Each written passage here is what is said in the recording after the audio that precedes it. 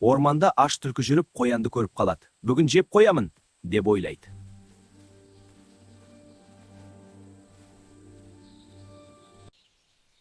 Ей, қоян, кел бірге ойнайық.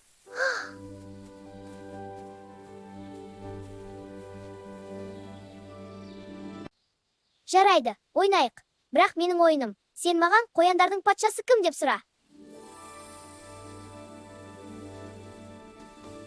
Қояндардың патшасы кім? Ой, қой!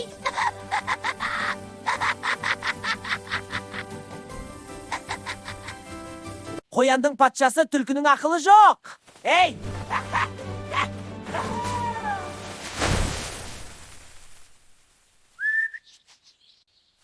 Енді қоянды емес, ақылдыны жеу керек екен.